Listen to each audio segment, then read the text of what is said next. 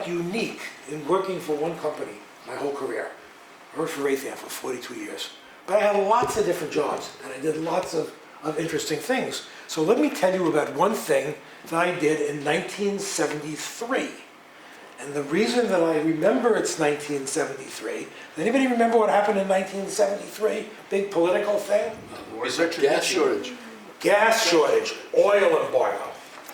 So I happened to have a minor in chemical engineering, and the plant manager called me up and he said, "You understand energy and stuff. What could we do to save energy costs?" Well, the building that I was in was a 1 million square foot building, heated entirely by electricity. So you weren't going to reduce your gas or oil consumption. The question therefore became, what could you do regarding the total electricity use?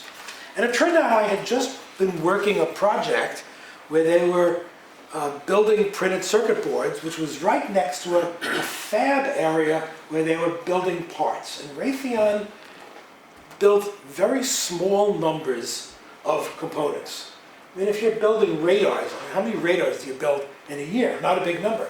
But you had paint spray booths. And they had to have enough paint spray booths, so when they had a bunch of stuff to do, they had enough booths. I don't know if anybody knows what a paint spray booth is, and they vary in size, I'm sure. But these were roughly 10 by 10 by 10. So they were big enough that you could put something of decent size inside. And the booth was closed, and it had an air filter, and when a person needed to spray something, they would go inside the booth, dressed in what looked like a hazmat suit, and they'd pick up this spray gun, and the thing would be hanging from a wire or something to the ceiling, and they'd turn on the spray with the paint, and they'd go around, you know, doing this from all sides. And the fan would be pulling out the air, which was filled with whatever it is that's mixed with the paints, all kinds of things that you don't want to breathe. And it would put it through some sort of filter, and it would go outside. So at the time that I was doing this, the weather was already getting cold. And I started thinking about these 7 booths. They had 20,000 CFM fans. That's 20,000 cubic feet per minute. So if you went in there and you go spray, it would take 20,000 cubic feet of air that might be at, say, 75 degrees, and throw it outside the plant. Well, you can't create vacuum inside a plant, so as soon as that air went out, air from the outside came in from leaks or open doors or someplace, so 20,000 feet of new air was coming in. So let's take worst case. It's 20 degrees outside. You throw out all this air at 70 degrees or whatever. You bring in new air at 20 degrees. But the bigger problem was that the plant was operating 2 shifts. So the fans were on for 16 straight hours, even though the person in the booth was going spray, spray, spray, spray, spray, puts the gun down, may not do another spray, spray, spray for an hour. The fans were still going constantly. So sometimes you remember strange things as you get older. And one of the things that I remember is that it's 0.0183 BTUs to raise 1 cubic foot of air 1 degree Fahrenheit.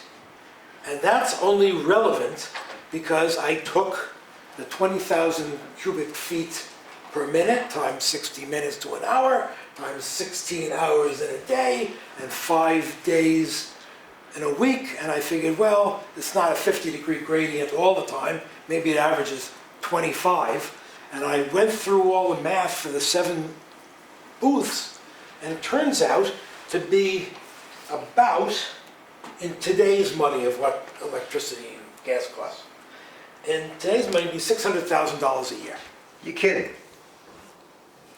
Wow. And I did the math, we did the math last night just to make sure Wow. that I hadn't forgotten. So I went through all that, and I went to the plant manager, and I said, you know, what you really need is just a timer, because I don't know how long it takes for the bad air to be replaced by good air, but maybe it's I don't know, 5 minutes.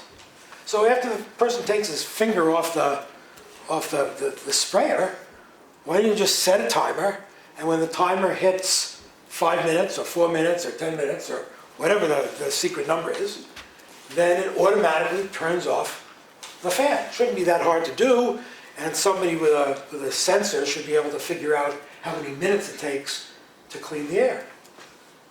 And all the people that ran the paint spray booth said, you can't possibly do that. You're going to put in some machine. We have these things working. It's no problem at all. It just runs. It's easy.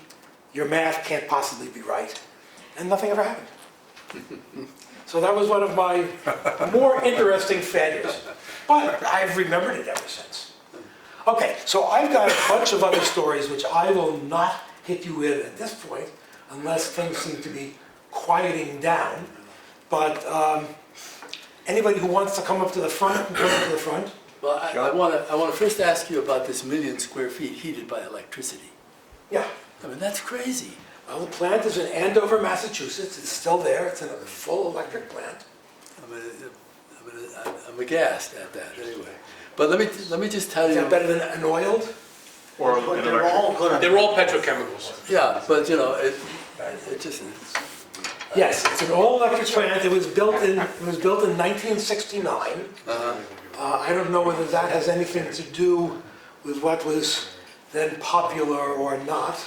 When it was built, it was a 750,000 square feet. Then they added the extra 250,000. Well, what I would like to do is add another story of amazing energy inefficiency of that era. If I take 5 minutes. Sure. Right. So. Take 10 and say it right. Well, I can gabble. So this is, I used to go to Stony Brook in the summers, to the University, State University, SUNY Stony Brook. I had a collaboration there.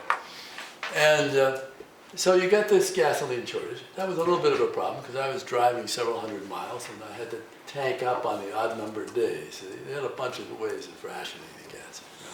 But what I particularly remember about that summer was it was the coldest time I ever spent inside a laboratory, because it turned out that the SUNY laboratory of the physics building was air conditioned in the following way. They had massive chillers. They brought the temperature down to about 55 degrees.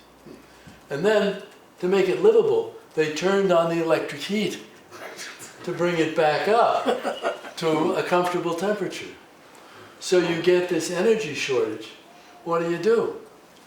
You cut down on the electricity. And so it's 85 degrees outside in Long Island.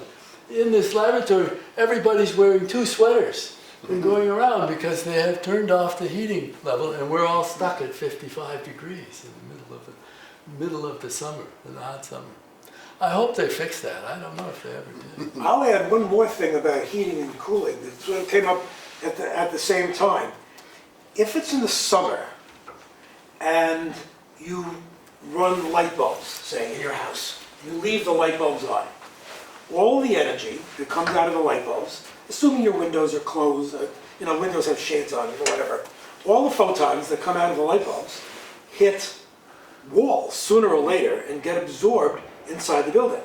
So not only are you running the light bulbs, and you're paying for the energy for the light bulbs, but you're paying a second time for the air conditioning to then counteract the light bulbs. So in the summer, it's really important to turn your lights off when you're not using them. Now, let's say it's in the middle of the winter. And I know this isn't quite as simple as I'm describing it, but in the middle of the winter, if you turned on all your light bulbs in your house, then you would be able to reduce the amount of heat that you turn on, because a bunch of your heat is coming from all those light bulbs. Now, I realize that one may be gas and one may be oil, and the efficiency of an electric power company is not the same as the efficiency of your heater in your home. But at a first level approximation, turning off all the lights in the winter isn't nearly as important as turning off all the lights in the summer. Which is another thing that I mentioned to the people running the plant. I said, in the summer, it's really, really important to turn off everything. Put in timers so that at 4:30 in the afternoon, when people go home, it turns off all the lights. And if somebody's gonna be working there later, give them some button that they can push that turns the lights on, but only turns them on for whatever, a half an hour or an hour or something. But then they go off. Prior to that, they kept the lights in the plants going 7 by 24. Yeah, George. John. Right behind you, there was a young man over there. Except nowadays with the minimum wattage light bulbs, Well, that that changes- argument goes out, That okay? changes some of the equations. That's right. But it's something that people don't think about. Yeah, George. Part, this is a germane discussion because at this present time, we are moving towards all electric buildings, particularly in Lexington. And one of the issues is how do you use the electricity? And you've got solar power now, so you're generating it solar-wise.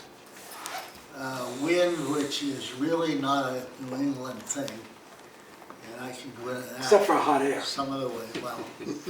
But we talk about heat pumps. And there are several kinds. One is the one that is taking the heat or putting heat into the soil. The other is the one that's sitting like an air conditioner outside your window on the ground. And the third are the ones on the roof. And one of the problems with the 1970s was that people did not understand how to use them. And you are so used with fuel to turning the heat down at night to save energy.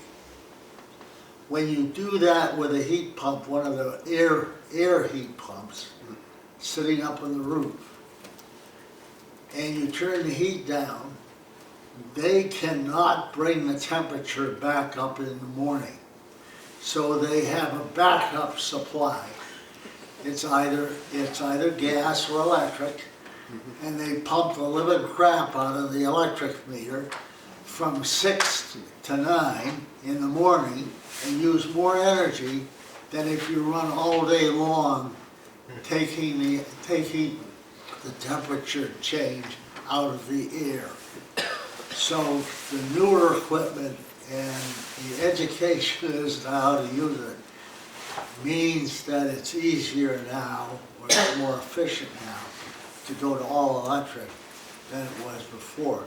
And it's not using the electric in the radiator. See, I've always felt But that these are the kinds of things that teach kids in school so that they can think through problems more completely. Well, all your new town buildings are zero emission, they're all electric, all the new ones, the fire station, the schools, and they're all on heat pumps. But I have one other side bit for you, that at that very time that you had that oil shortage, I happened to be in the packaging business. And there is no oil to make the plastic. And these are the trays that you get at the grocery store or the candy box that you come in. But our vice president of sales, 4 years, had purchasing agents calling on him all the time.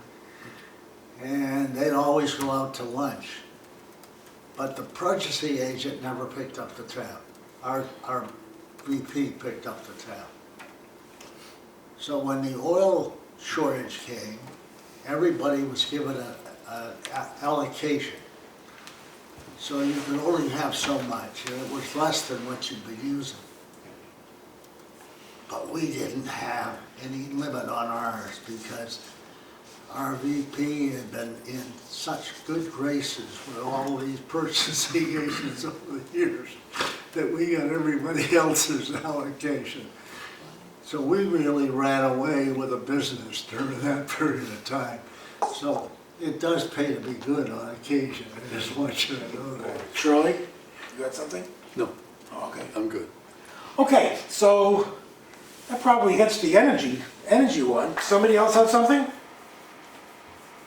Well, given the silence, I'll add another story. Has anybody ever heard of the Ditmaco Company? No.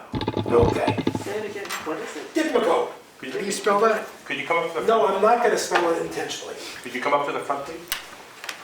Thank you. Many times, you build a bunch of circuit boards that have to talk to one another. So you build a backplane. It's hard to do this without a picture. But here's the backplane, and you have a whole bunch of circuit boards. Let's say it's 24 circuit boards. And you plug those circuit boards into the backplane, and now the backplane is wired.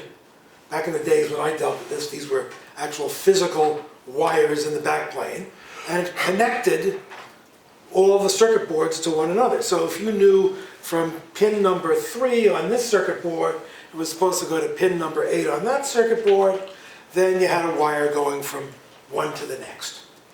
Problem was that these pins were brittle.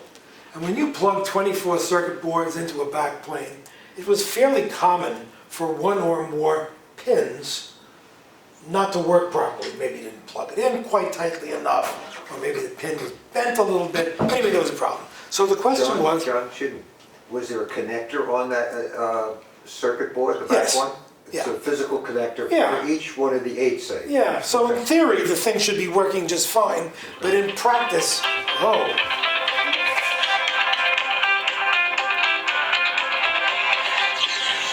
Can't turn it off. I'll call you back. So, but in practice, there was always a problem. So I heard that they had bought a system from the Ditmaco company to solve this problem. Yeah. And it would actually do automatic testing to see whether or not everything came together. Now, change the subject entirely. How many of you have been to drive-in theaters, movie theaters? Gee, not all of you, would Not you? today. Okay, yeah, not in the last 20 years. Now, how many times, for those of you who have remember the been movies. to drive-in movie theaters, you go in, you open your car window, you drive next to a post. The post has a little thing on the post that you get your sound from. You pick that up, you stick it on top of the window, you close the window. And now you're sitting inside the car and you're listening to the movie. Now the movie comes to an end. What you're supposed to do is open the window, take off that thing, and stick it back on the post. But it turns out that people don't always do that. People drive away, and they're not aware that there's a problem until they hear the loud ping, sort of like you're picking up, and realize that they've driven away with the audio unit. Or a broken window. So they open their window, and they don't know what the hell to do with the audio unit, so they just throw it on the ground, and they drive home. So the movie theater ends up sending people out, and some of these movie theaters, it seemed like they were acres. And back then, they had hundreds and hundreds of people watching these things. And they'd walk from one to the next to find out if any were broken. It was easy to tell if they were broken because if they were on the ground, I mean, you knew it was broken. But sometimes it was just disconnected where the wire went in, and you couldn't visually tell where it was broken. So a company was founded to look for missed connections. It searched through and tried to get an electrical connection to everything, and some places it didn't work. And the name of the company was the DriveIn Theater Maintenance Company, which is where Ditmaco came from. And that's the company that then sold this equipment to companies like Raytheon to check out their back panels to see whether all the connections were there. And it worked. So what kind of technology did they use to do that?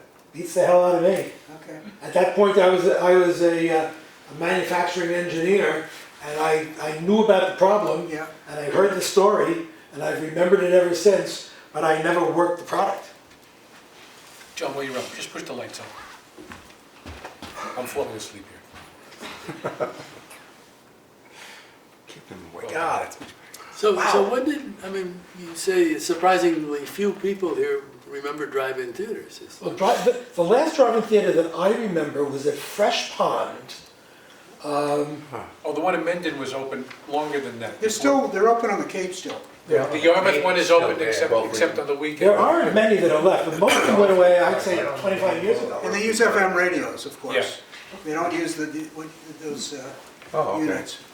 There used to be one in Revere that you could see from the highway that would really, and they'd show. Well, the property, I think what killed it was property value. Yeah. It costs too much, and if you're in a movie theater, you take up a seat that's, 3 feet by 3 feet. Yeah. And in a drive-in movie theater, you take up the size of a car. It just isn't cost effective. And you can show them, you can sell the seat multiple times in the evening. Right, and you only do the drive-in movie theater after 8 o'clock at night or whatever, because nobody went in the winter, it was cold. Yeah. So you only went during the summer, and sundown wasn't until, whatever, And if 9 it o'clock or rains, something. you're screwed. No one wants to go in the rain, right? I don't remember. Yeah. The sound was bad, Yeah. and people hid in the trunk to get into the theater. And then the next thing that died was double features. Remember, as a kid, Or you could continuous features. well, you could see two movies and shorts and Yeah. Roadrunner cartoons Yeah. and other things. By the way, talking about the Roadrunner, I read an article a few years ago Wile E. Coyote. that looked at the fastest speed that a coyote can run and the fastest speed that a Roadrunner can run. It turns out a coyote can run twice as fast as a Roadrunner. So Wiley never needed all that stuff from the Acme Tool Company to catch up with the Now coyote. you tell them. But what's the distance before they poop out? Beats the hell out of Yeah, it. that's what, Go ask Hair Dr. Google. yeah. Now, I could keep on going with stories, but is there somebody else? Well, the only corrections I was thinking about when you mentioned the drive-in theater was, first of all, I think Cindy said it, you had two people driving together with about 4 of them in the trunk of the car. So you could get in for the price of 2 people in the car, and then when you got in. Did you pay per opened the person trunk. or per car?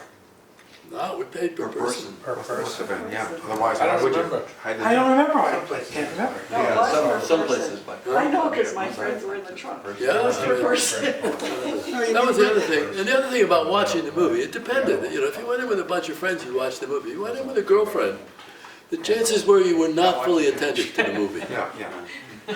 Speak for yourself. As Yes, I I just said, did. otherwise Mary, I is that can. true? She didn't know me before. Nor did you care if it was raining. Good point. Also, weren't the drive-in movie theaters there for pornographic movies? Yeah. Wasn't that the purpose? No, I'm kidding. Not originally. No, I'm not I kidding. doubt it, because Only the ones, But that's where they were shown. only the ones close to the highway. I saw these rows. Yeah, and on the double features, they'd have that on later. And I think it's the only the traffic ones you on the went to. highway Yeah. would stop Yeah, next to right on it. the Yeah. billboard, they tell you, yeah, triple X. Oh, do you remember in Fresh Having Pond? lived in the Midwest, I will tell you that's the only way you could see a movie. Oh, Oh, Because you get out in farm country and there Yeah. are no theaters. They're not big enough to support a theater. okay. And so you're virtually out in the cornfield. I mean, you couldn't go to the library to watch a movie? And I just, one brief story for you, that there was a point in time, in the 50s, I think. No, not that far back. 1850? I have to think for a minute. But anyway, it was when the government was changing the time zone. And at that point in history, every town could set whether it was daylight saving or Eastern Standard or Central.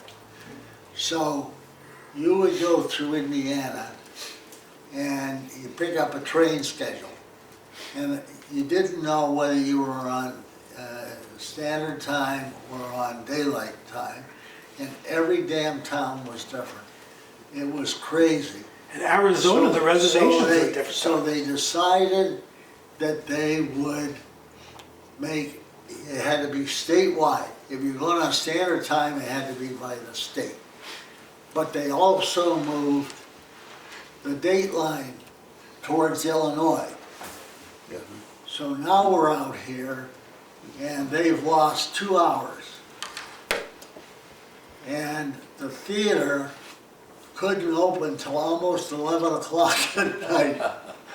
And the farmer relied on farming sun up to sundown, and all the stores in town were closed at sundown, so he was losing farming time to go shopping. So this was a big political issue. It was a hot issue. I'm having dinner at the little golf club that we had, and our companion is running for Congress. And I said, what's your position on the time, the daylight savings time? And he grabbed the side of the table and he rose up and he looked down at me. It's against God's will. Well, That makes sense. I was in a lighter mood, and I stood up and I grabbed the other side and I said, what's God got to do with it? A bunch of guys sitting in a pub in England are deciding what the time zone is. Well, the whole damn club stood up. I had about 80 people staring me down. I didn't know whether I was going to get out of that place alive or not. So if you have any idea what's going on with the Trump delegation, that's it. Now, you know, the reason that Not to be political. fixed times came in Britain was because they finally got clocks that were accurate, and they had railroads. And it was railroad schedules in Britain that caused the time to come in, because every town in Britain had their clock set differently. I gotta tell you, my ancestors were railroad people. And my grandfather had what he calls a railroad watch, which as far as he was concerned was the most important thing in the world.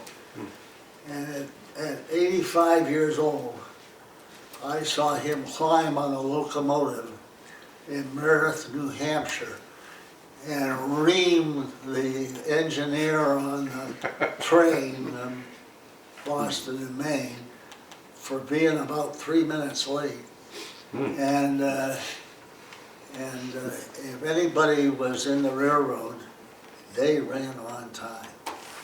Was this watch made in Waltham? Jesus, you know, I've got it, I'll bring it in and show it to you. In my collection is a Waltham watch. I'm not sure whether that particular one is a Waltham or not. Indianapolis at that time period also had counties that were on a half hour. Yeah. Australia still Oh, does. You have half hour off. Some that are, Still. some that are quarter of an hour off. This Maybe quarter Up in the, Yeah, right. The flip side of it, That's China, impossible. all of it is one time zone. Never saw that. Never oh, saw the that. Union is 12. Really? China is one time zone, the whole country. So the stores in the West open Not even. considerably later in the Not like day than Switzerland. they You do know, in the East. what's noon is noon. Whether it's sunlight or midnight, it's noon. It's weird.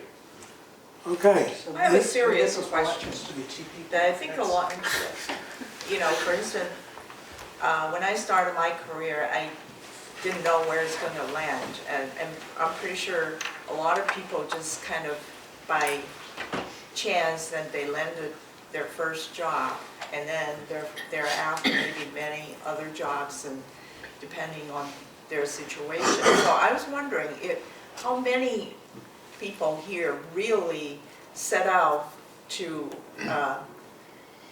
go into a specific career and then follow. I think the problem is that in technology, Yeah, the jobs that I ended up having didn't exist in 1968 when I got out of school. uh-huh, yeah. You couldn't even be a computer science major in 68. It didn't exist, It right. didn't exist. Computers existed, but computer science did not exist as a curriculum. I started internship at GE in Saugus, and they're making like meters and aircraft parts, engine, actually. Yeah, so I started there, but I ended up working for, well, when I graduated, I worked for a utility company, the big utility company, Boston Madison. So they started forming the computer department, and I actually started working in a nuclear power plant in Plymouth, down, where was it? Anyway, but I ended up working for the computer department. Yeah. So it was kind of a by chance. That's where I ended up with. So I was just wondering if anybody kind of have their mindset and what kind of a job they want to do, and they ended up following their path that they set out wanting to do. So back to you, John, you said you started off. I had 8 different careers, all with one company. Yeah. George? Yeah, I've done a little evaluating of college students and their careers at one point in time. And I think most people end up kind of where they're headed. I think it was a Brooklyn Dodger catcher that said, when you come to a fork in the road, Yogi Berra. No, that was Yogi Berra. He was the Come to a Yankees. fork in the road, take take it. it. And I think that's what happens to most people. My career was that way, and once in a while you think about what would have happened if you'd taken the other fork rather than the one you did. But it's a combination of a general interest, opportunities, circumstances. They all go together. And you graduate in the Depression, you got one viewpoint. You graduate in the middle of a war, you got a different one. You get into school and find out that what you wanted to do isn't as much fun as something else that maybe your buddy is doing. The jobs that, I don't know what the rest of you had, but I had 11 job offers when I started my career. And they were different. They were manufacturing, production, administration. I turned down several because they were not what I wanted to do. George, what was your degree in when you graduated? Production management, industrial engineering, manufacturing. Today it's called manufacturing engineering. I think it's called industrial. Pardon? I Industrial, think it's, well, yeah, it's called industrial. It may be where you go to school. depends on where you go. Right. Technically, those are 4 different fields. Ended up 5. Electrical, mechanical, chemical, maybe 4. No, those don't And count. industrial. I say within this category of what you're doing. Industrial is things like time study, motion, Right. and I've done that. Manufacturing engineering is more bringing various segments of producing together. Anyway, the student who gets into school and significantly changes is not typical. I think they make a slight change. If you're engineering, this group is engineering minded. So you might be civil, you might be mechanical, you might be electrical. You might think you're going to be an architect, which I did once, and end up being a civil engineer, or vice versa. but you typically, and when you come out of school, what are the opportunities? So I went to Raytheon, just in my own case, I worked for Raytheon, just long enough to know that I'd never make it at Raytheon. Why is that? Because I was not an electrical engineer. I was a bloody manufacturing engineer, and that wasn't gonna get you anything at Raytheon. I worked at Power Tube in Waltham, not for bread, but I went into the service from Raytheon. When I got out of the service, I never even talked to them. I learned that you guys were gonna eat my lunch. Well, I wasn't gonna do that. I went off somewhere else and did something different. So I think those things shape where you wanna go. How common was that major when you were going to school? You know, the industrial engineering, was that a common tack that you could take into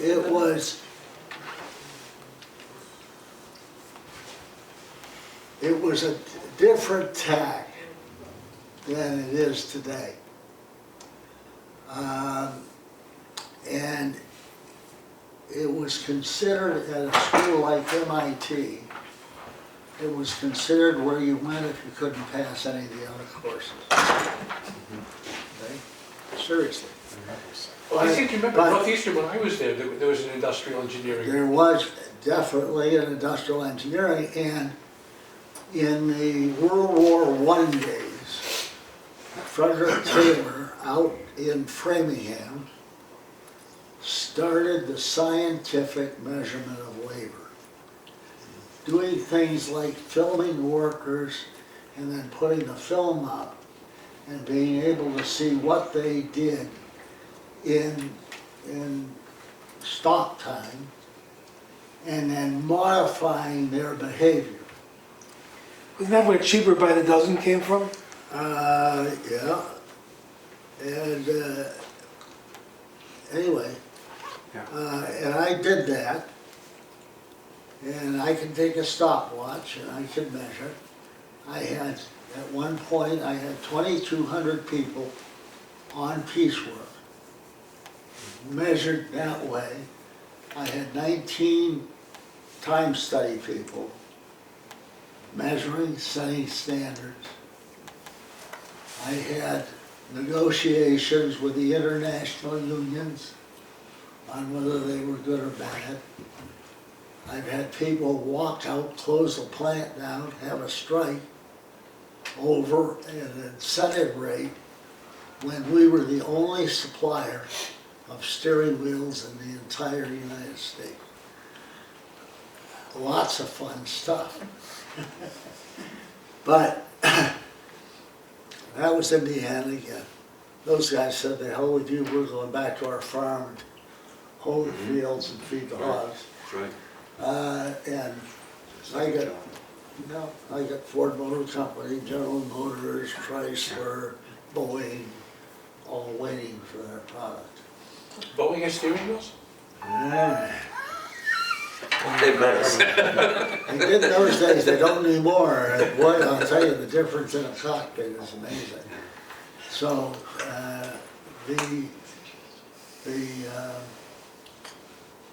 George, that changed.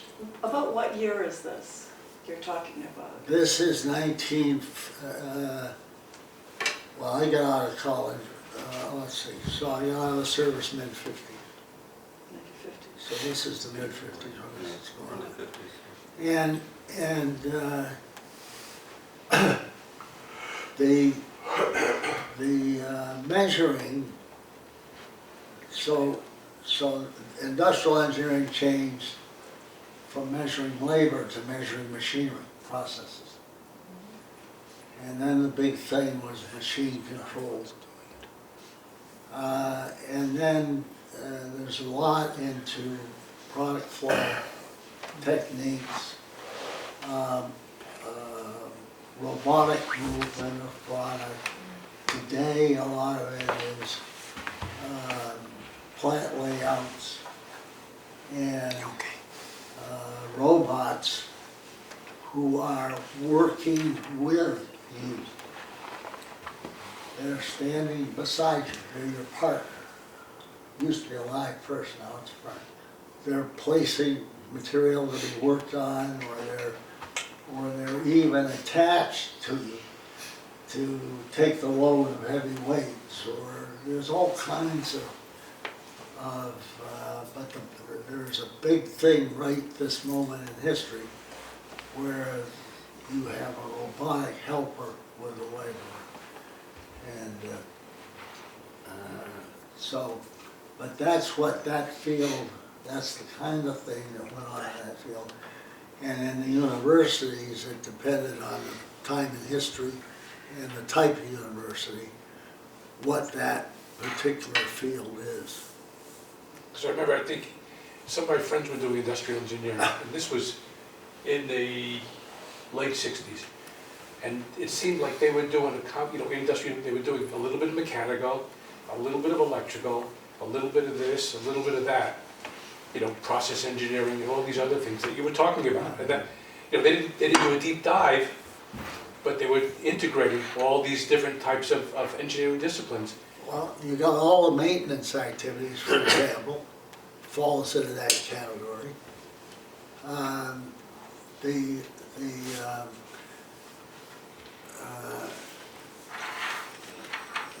had another thought, I lost it. I lose a lot of them these days. You probably remember more than most of us. So, but that's, can I say, let me say anything else?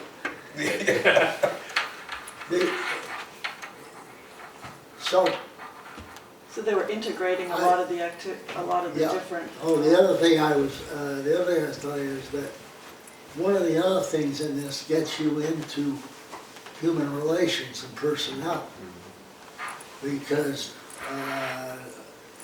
as a time study participant, I'm doing labor relations, negotiating with unions, writing contracts and enforcing them, support, defending action.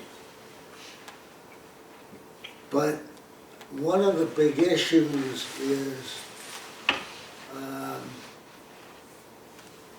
treatment within the system, equality of jobs, pay, female versus male type thing. Equal pay, equal work. So equal pay, equal work. Well, I'm qualified with the federal, I was, with the federal government for evaluating jobs, job evaluation. And so I evaluate the job, set it up in the pay category. Doesn't make any difference whether you're male or female in that job. That's what the job pays. And then defend that. Now, it's a different scenario today, but I have personally promoted women to supervisors' jobs, and they turn it down and tell me that's a man's job. Women turn it down? They turn it down and said that's a man's job. Well, Now- given the now, social But situation, I'm saying that's history, Yeah. right? Yeah, it's and I'm interesting. saying that's changed. Which year was that? Like in the 50s, 60s, That was in 70s. 70s? That was in the 70s. Yeah, but it's still, given the social situation, if a woman, it's going to take harder time for a woman to supervise a bunch of a man, right? So, On that issue, uh-huh. I will say the one thing that I want you to do is whenever they talk about equality of pay, you've got to make sure how the numbers, they're going to talk about a survey. How is that put together? Because if most of the material I see groups and say we take, what do we got? We take 150 million women and average what they earn, and we take 150 men and average what they earn, and women don't make as much as men. That's nonsense, okay? I got 100 store managers. Now, if I got 50 male store managers making twice as much as 50 female managers, I got a problem. But typically, when you take the same job, if you do the system that I've got, that I've worked with, if you're in that job, you're making the same money. I don't care what your color is, I don't care what your sex is. And you gotta be sure with any survey of anything, I don't give a damn what it is, that's right or young. You know, liars don't figure, figures don't lie, but liars figure. And they misrepresent the actual circumstances, and that makes it more difficult to solve the problem. Because if you get into the detail and find out the figures are misrepresenting, you don't go any further with it. You don't try to correct anything, you don't try to examine it any further. And that's some of the problems that you have So what was the reason a lot of women turn it down? Did they give any specific reason, or they just simply say it's a man's job? All right, there's an evolution. And timing has something to do with it. World War II, men can stand up and walk. They go off to war. The women stay behind and do all the jobs. And by the way, just put in a short plug. Lexington has got a celebration going for celebrating the 75th anniversary of the end of World War II. It's going to start in May and run through November. And I happen, George Cabana, who's not here, is actually running this. He's in charge of it. And I'm working on the home front issue of that particular deal. But they talked Rosie the Riveter. Marge Batten, who was our head of our town meeting, she worked as a riveter in a plant, I think it was Michigan or Wisconsin, out in the Midwest somewhere. And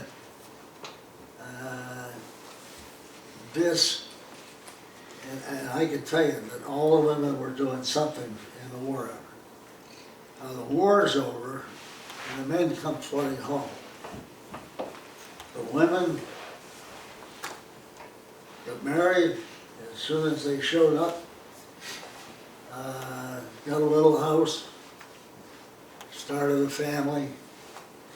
The men were brought home the paycheck. The women took care of the children. No women worked. There was one worker per household. Now that changed. My high school class, Lexington High School, was in those days one of the best in the nation, just like it is today. I can tell you that when I graduated from high school, I was not required to take a college entrance exam by MIT because I graduated from Lexington High School.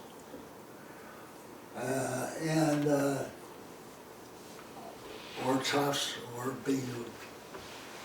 And that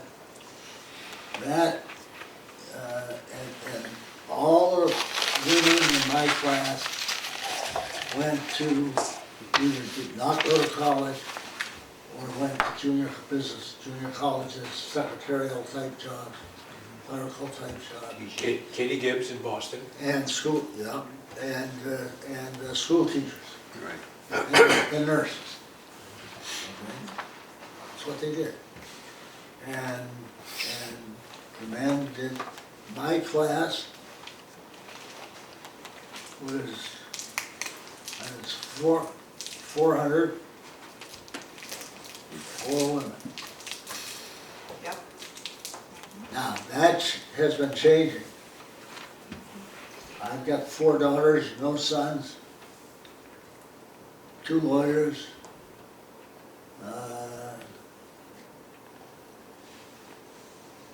all the women making more money than their husbands. So, well, and they're all college grads, and they've all got advanced. Yeah, they've all got advanced degrees. And so, that's an evolution. Everybody sitting here has lived through it. I'm not telling anybody anything they don't already know. But that evolution comes out today differently in business, how you run business, how you evaluate your career, and how you pursue your career. Well, I think- Except where it's not true. Well, in my career, you know, I've noticed a big difference in how women are treated in the workplace. I first joined radio in 1978, I think it was, and women mostly were, you know, they were called girls, with some exceptions, and they tended to do work like making drawings or doing key punch. And one thing I remember is, you know, the afternoon before people left for Christmas, you know, some of the guys would go out for a few drinks at lunch, and they'd come back, and they do the rounds of the girls, you know, expecting, feeling entitled to a kiss for Christmas, a real kiss. You certainly don't see anything like that anymore. And in my later years, I remember that. you don't. No. This was No company for me. okay. Well, it's gone now anyway, which is the good news. Damn. No, it's a good thing that it's gone. And What kind of industry were you in? well, it's an R&D house, research and development. Oh, really? Yeah. No kidding. Yeah. But you got the same thing that you know, George was talking about a little bit. You got the bro culture in Silicon Valley. They're making a big deal of it. Yeah, but in the latter part of my career,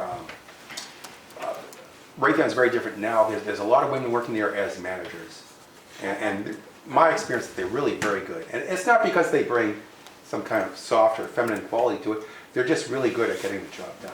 I think the big difference that I saw was that back in the 60s and 70s, unlike today, a large number of women got married, moved out of the workforce for half a dozen years, didn't want a job that required travel because they had young kids at home.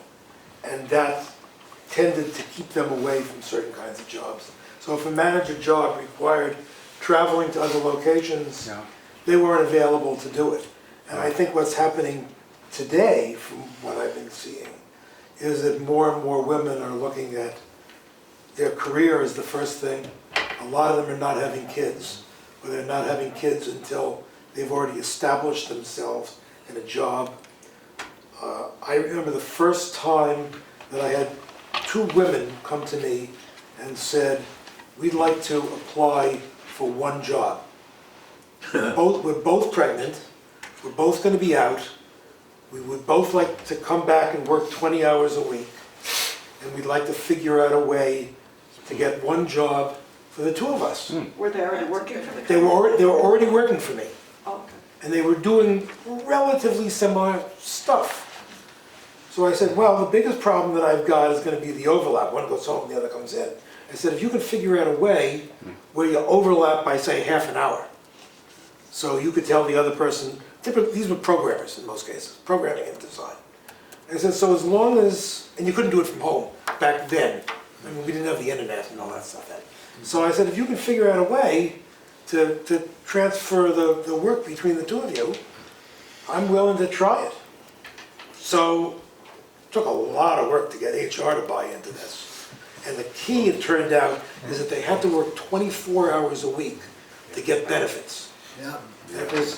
So, the bottom line, and they had to work some number of days a week, I don't remember exactly how that was. But we worked out something where they each did their 24 hours, and they had the overlap, and it worked well. You know, I had no idea whether it was gonna work, but it did. But that was a period of time, and that was part of the transition, where they went from single wage earner to double wage earner. This was like early 80s, as I recall. Yeah, right, exactly. But that was part of the transition. And one of the issues was benefits. And if you work, was it 20 hours, work less than 20 hours? It was 20, at Raytheon it was like 24, and I don't know whether that was No, it didn't. the US thing or, There were. Federal standards? There were standards, there were laws. Oh, interesting, I didn't Yeah, know there that. were, And- still are. And, yeah, and I'm not quite sure, but the idea was, from a company point of view, if you could hire them for just underneath that limit, that you didn't have to pay the benefits. So companies were looking for people to work part-time. but some of this was proportional. So today they call those people contractors. And then that transition came along, right?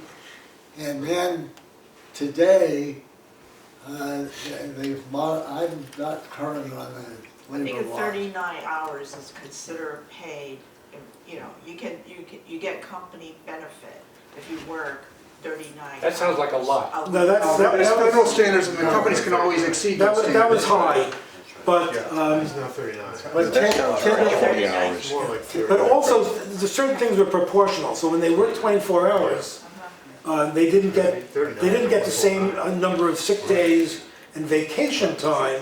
That was made proportional to the 24 over 40, basically. You work half time, you get half benefits for some things, and, you know, you go from there. So you get half the sick time, half the vacation time, half this, half But you got that. the full medical insurance, But and full that was medical. really where the key was, and that's where the company had to decide that they were willing to pay, because insurance is expensive, they were willing to pay the extra dollars. And I would remember that there was a husband and wife who actually worked, they had kids, one kid, and they worked a deal where the woman came in early in the morning, and at 3 o'clock in the afternoon or something, the husband would show up in the parking lot with the kid. He had picked up the kid at school.